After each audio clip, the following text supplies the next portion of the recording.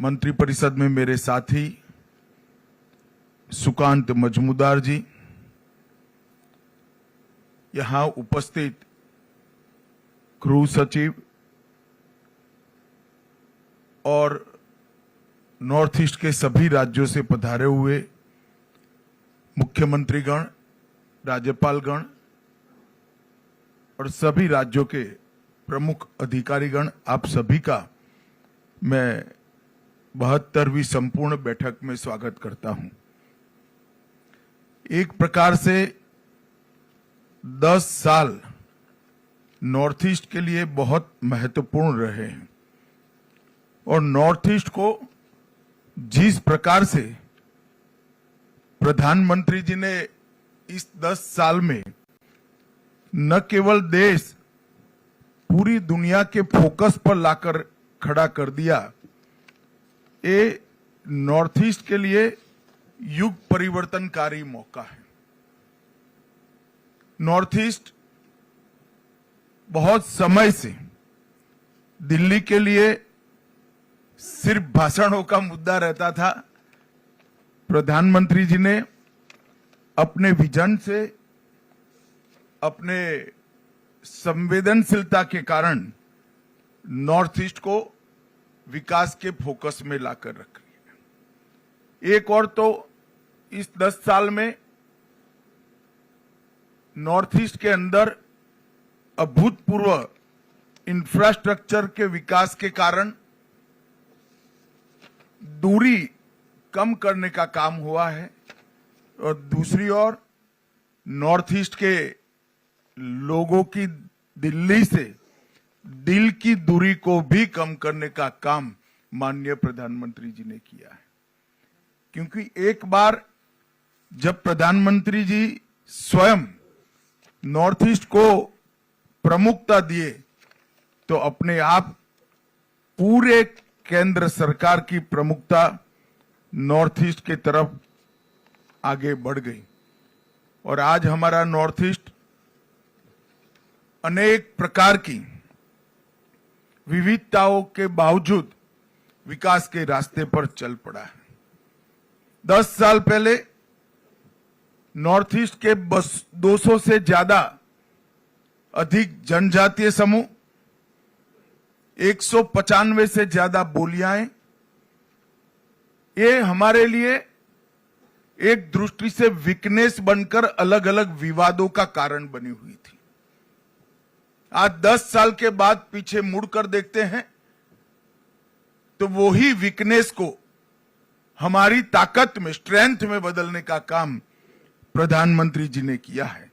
आज 200 से अधिक जनजातीय समूह हमारी सांस्कृतिक विरासत के कारण पूरी दुनिया का आकर्षण का केंद्र बना है और 195 से ज्यादा बोलियां और भाषाएं उसने पूर्वोत्तर को विश्व के 36 बायोडायवर्सिटी हॉटस्पॉट में से एक बनाने का काम किया है। हमारी स्ट्रेंथ अकेले पूर्वोत्तर में 7500 से ज्यादा अधिक फूलों की प्रजातियां हैं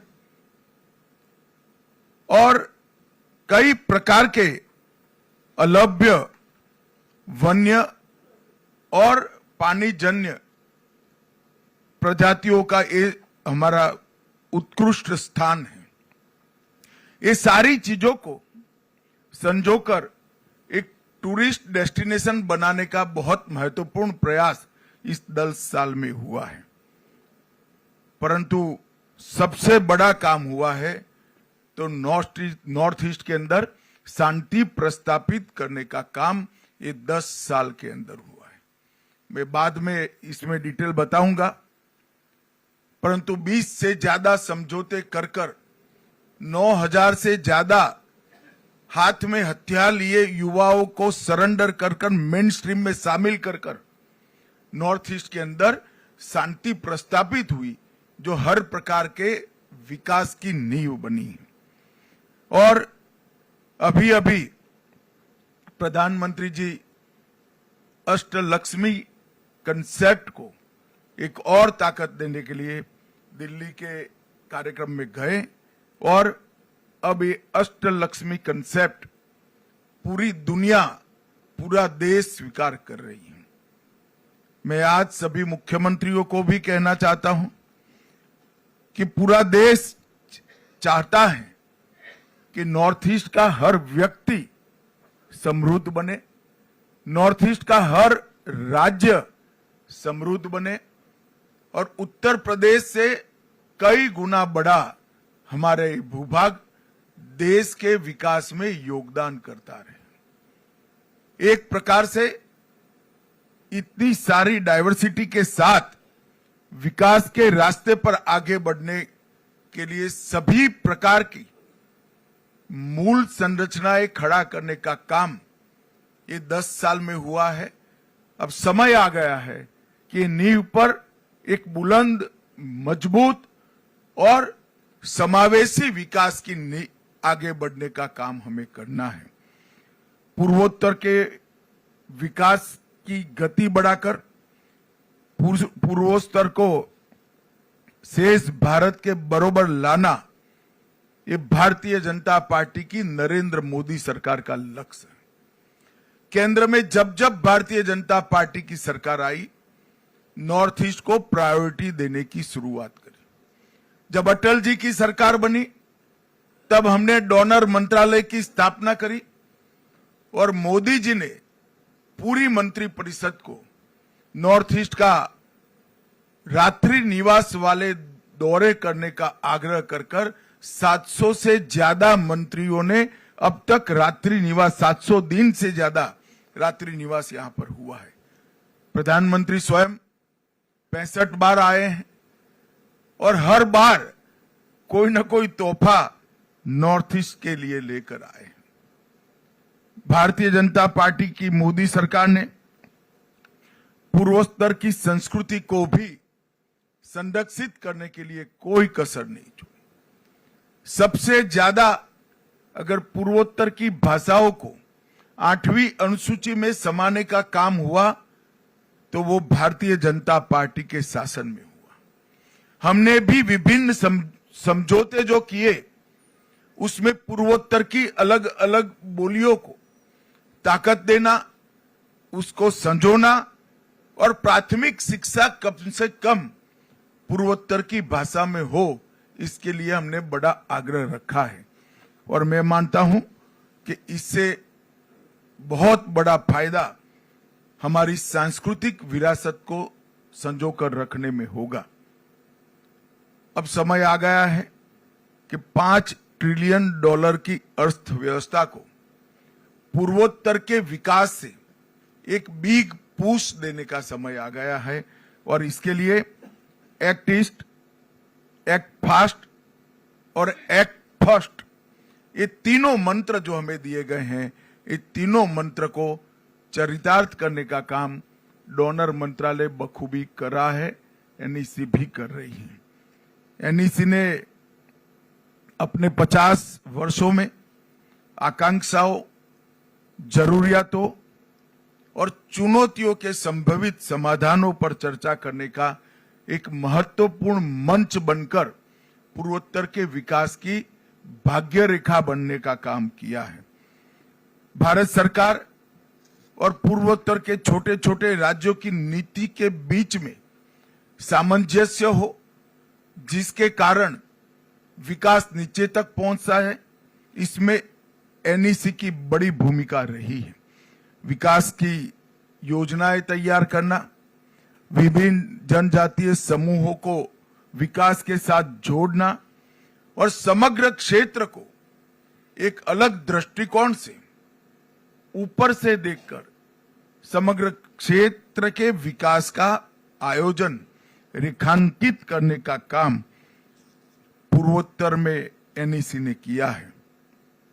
मोदी जी ने एक पॉजिटिव इकोसिस्टम बनाने का काम कर लिया है। इसके आधार पर राज्य सरकारों ने और डोनर मंत्रालय ने निवेश का इकोसिस्टम बेहतर करने की अब जरूरत है। कनेक्टिविटी अब प्रॉब्लम नहीं रही और विश्व के साथ कनेक्टिविटी भी थोड़े समय के बाद प्रॉब्लम नहीं रहने वाली है। बांग्लादेश के एन्क्लेव्स एक्सचेंज के बाद पूर्वोत्तर को दुनिया के साथ जोड़ने का हमारा लक्ष्य बहुत जल्दी समाप्त हो जाएगा। पूर्वोत्तर में एक औद्योगिक इकोसिस्टम इससे दृढ़ होगी और पूरी दुनिया का बाजार यहां पर निवेश करने वालों के लिए खुलेगा और इसके लिए हर राज्य ने भी अपने प्रयास मजबूत करने पड़ेंगे। भारत सरकार भी सभी इन्वेस्टरों को पूर्वोत्तर की ओर आने के लिए प्रेरित करती है।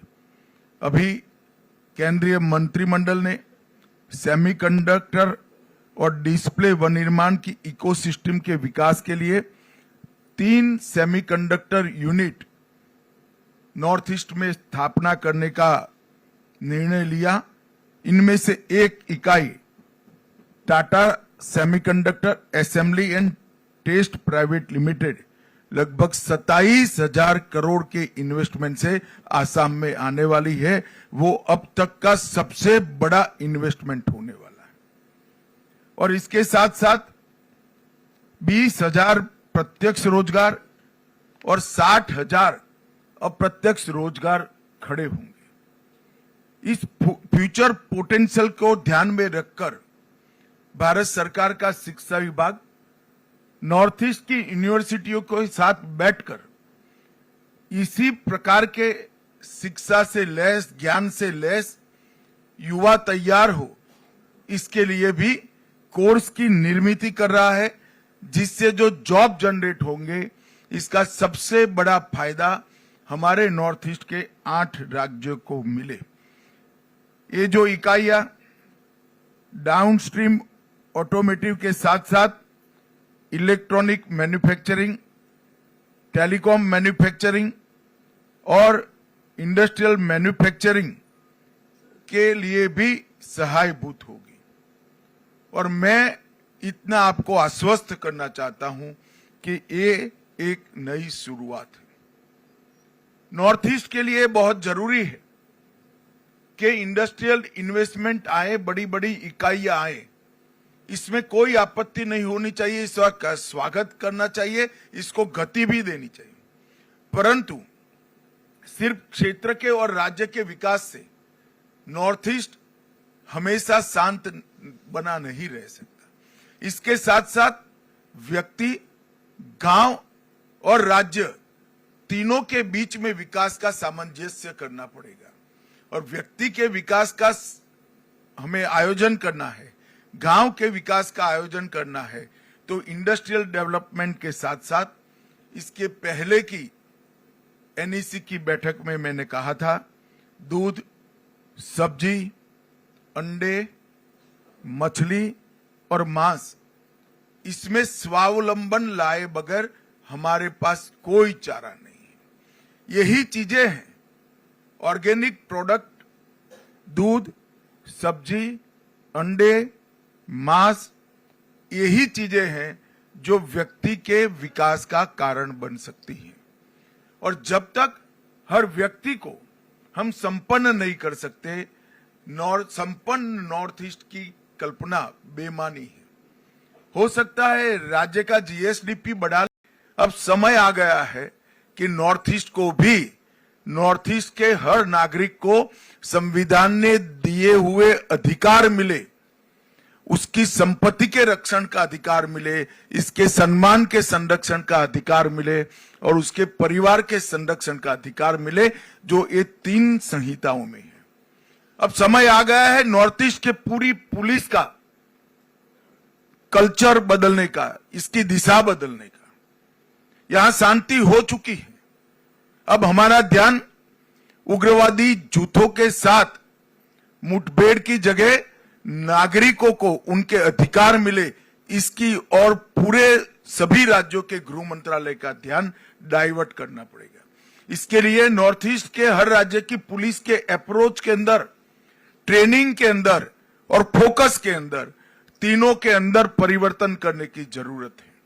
परंतु इसकी पूर्व शर्त है कि ये तीनों संहिताओं का कंप्लीट इम्प्लीमेंटेशन नॉर्थ ईस्ट के राज्यों के साथ अंदर हो जाए। मेरे सभी राज्यपालों से विशेष आग्रह है कि आप स्वयं इसका मॉनिटर करिए, क्योंकि नागरिकों को एफआईआर करने से न्याय मिलता है, ये भाव नॉर्थ ईस्ट में खड़ा करना बहुत जरूरी है। क्योंकि नॉर्थ ईस्ट पुलिस का पूर्ण फोकस 4 दशक तक इंसर्जेंसी के साथ लड़ने में रहा है।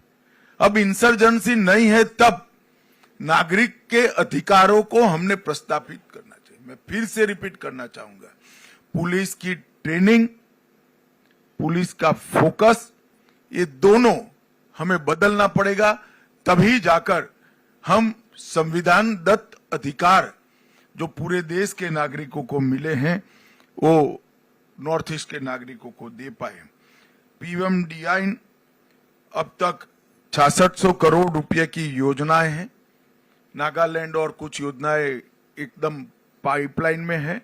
मुझे पूरा भरोसा है कि 6600 करोड़ से हम कुछ ही महीनों में 9000 करोड़ तक पहुंच जाए। ये हमारे लिए बहुत बड़ी उपलब्धि है।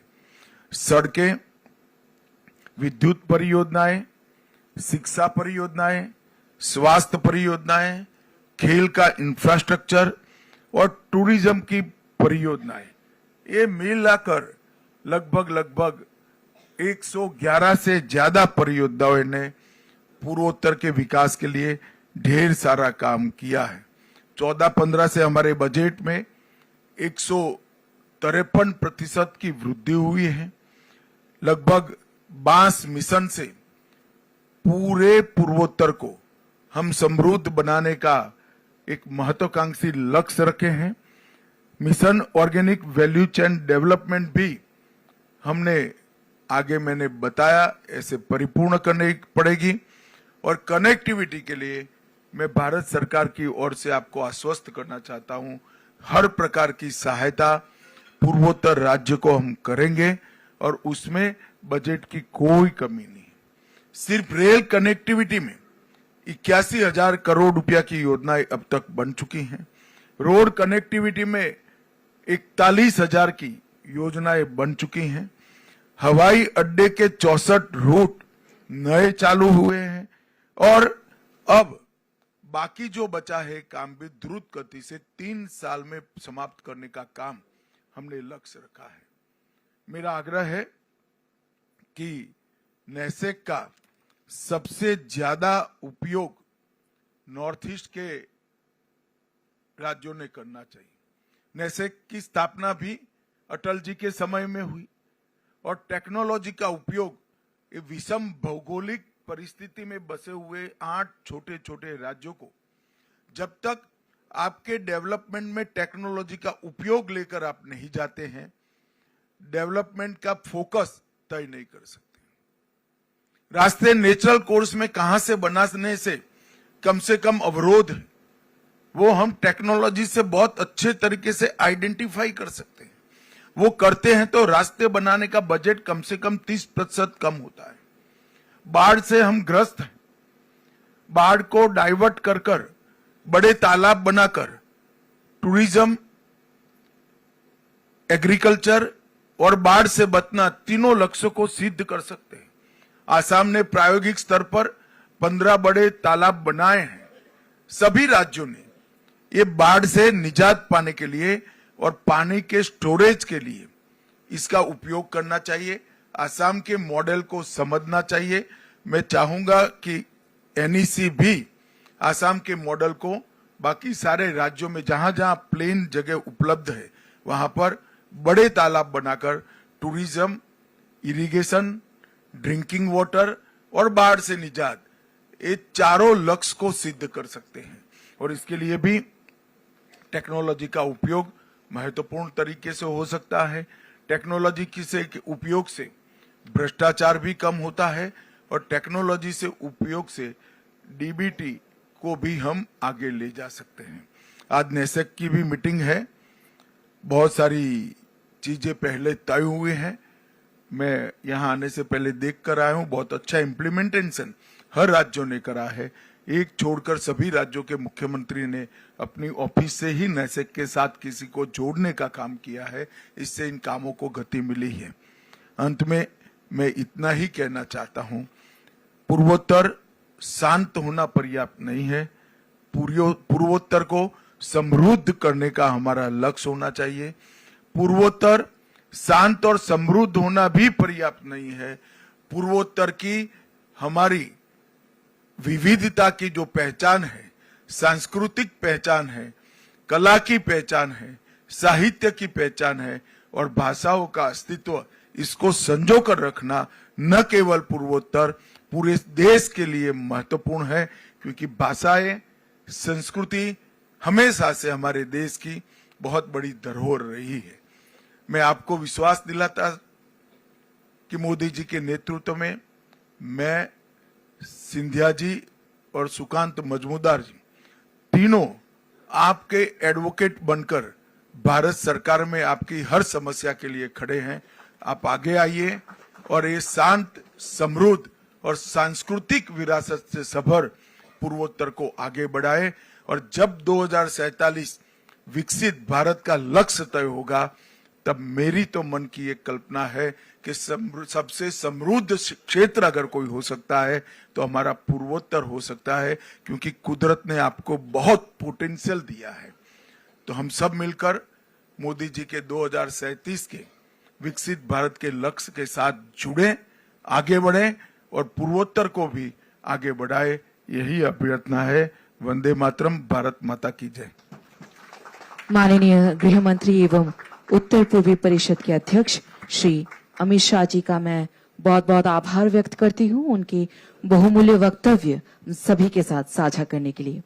अब मैं धन्यवाद ज्ञापन के लिए योजना सलाहकार श्री शोम कामे जी से अनुरोध करती हूं।